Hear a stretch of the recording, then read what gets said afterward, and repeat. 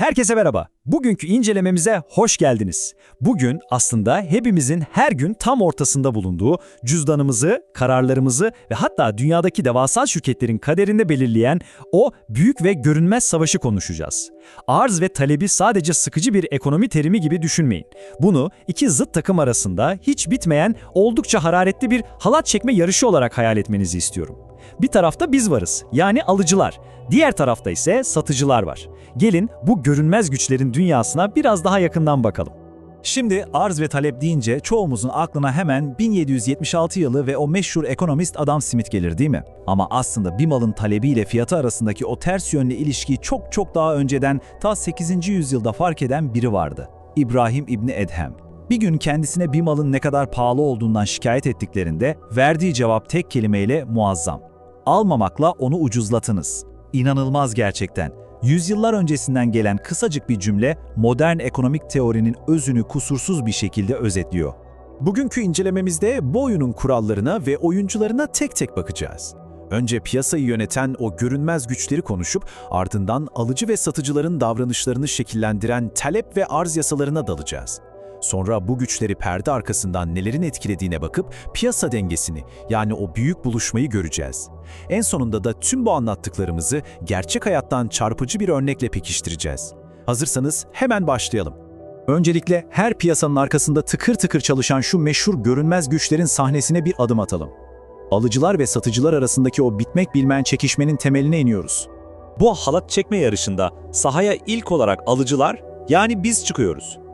Peki bizim dünyamızda işler nasıl yürüyor? Kararlarımızı neye göre veriyoruz? Biz alıcıların altın bir kuralı var değil mi? Her zaman en iyi fırsatı kollarız. Talep yasası tam olarak şunu söyler. Diğer her şey sabitken bir şeyin fiyatı artarsa ona olan talep azalır. Neden? Çünkü rasyonel insanlarız. Fiyatı artan bir şeyi gözü kapalı almak yerine hemen bir refleksle daha ucuz alternatiflere, yani ikamelere yöneliriz. Buna ikame etkisi diyoruz. Bir de işin fırsat maliyeti var tabii. Fiyat çok yükseldiğinde içimizden "Ya ben bu parayı buna verene kadar gider şunu yaparım" deriz ve o halatı yavaşça bırakıveririz. Ve tam tersi bir durumu düşünün. Fiyatlardaki dramatik bir düşüş talebi anında öyle bir patlatır ki inanamazsınız. Düşünsenize, uzun zamandır gözünüze kestirdiğiniz bir oyun konsolu var ve fiyatı bir sabah 400 dolardan 200 dolara çakılıyor. Ne olur? O konsolu satın almak isteyenlerin sayısı saniyeler içinde fırlar. Fiyat düştüğü an o ürüne ulaşabilecek insanların havuzu devasa bir hızla genişler ve bizim takım halata bütün gücüyle asılmaya başlar. Peki ya karşı taraf? Halatın diğer ucundaki satıcılar ve üreticiler ne düşünüyor? Onların motivasyonu bizimkinden oldukça farklı. İşte burada devreye arz yasası giriyor. Şunu çok net söyleyebiliriz. Satıcılar yüksek fiyatlara bayılır. Neden mi? Çünkü satılan bir ürünün fiyatının artması, kasaya giren paranın, yani gelirin artması demektir. Eğer piyasada fiyatlar yukarı gidiyorsa bir satıcı daha çok üretmeliyim der. Artan maliyetlere, ekstra mesailere, o tempoya seve seve katlanırlar. Çünkü günün sonunda elde edilecek kar marjı çok daha cazip hale gelmiştir. Onlar da tam olarak bu yüzden halatı güçlü çekerler. Tabii bu yarış öyle yalıtılmış, steril bir laboratuvarda oynanmıyor. Arka planda güç dengelerini sürekli sarsan ve değiştiren o kadar çok kaos var ki. Önce bizim, yani alıcıların aklını neler çeliyor ona bakalım. Fikrimizi sadece o malın kendi fiyatı değiştirmez. Piyasada ne kadar çok alternatif olduğu, zevklerimizdeki değişimler, maaşımız, gelirimiz de çok etkilidir. Ama bence burada en ilginç olanı tamamlayıcı ürün fiyatları. Hani az önce fiyatı 200 dolara düşen o oyun konsol örneğimiz vardı ya, o ucuz konsolu çılgınlar gibi satın alan kalabalık eve gidince ne yapacak? Haliyle oyun oynamak isteyecekler. Yani sırf konsol ucuzladı diye o konsola özel video oyunlarına olan talep bir anda arşa çıkacak. İnanılmaz bir zincirleme reaksiyon. Satıcıların dünyasındaki kaos ise çok daha fiziksel dinamiklere dayanıyor. Onların boğuştuğu değişkenlere bir bakın. Üretim kapasitesi yetecek mi? İşçi ve malzeme maliyetleri ne alemde? Rakipler ne yapıyor? Hatta bildiğimiz hava durumu ve tedarik zincirindeki küçücük bir aksama bile arzı derinden sarsabiliyor. Burada çok kritik bir farkı kaçırmayalım. Biz alıcılar zihnimizde saniyeler içinde karar değiştirebiliriz. Ama satıcıların fiziksel olarak zamana ihtiyacı vardır. Bir fabrikanın üretimi arttırıp malları lojistik olarak piyasaya yetiştirmesi maalesef şıp diye olmuyor. Şimdi bu iki devasa gücün birbiriyle kıyasıya çarpıştığı o kritik ana, dengenin sağlandığı büyük buluşmaya gelelim.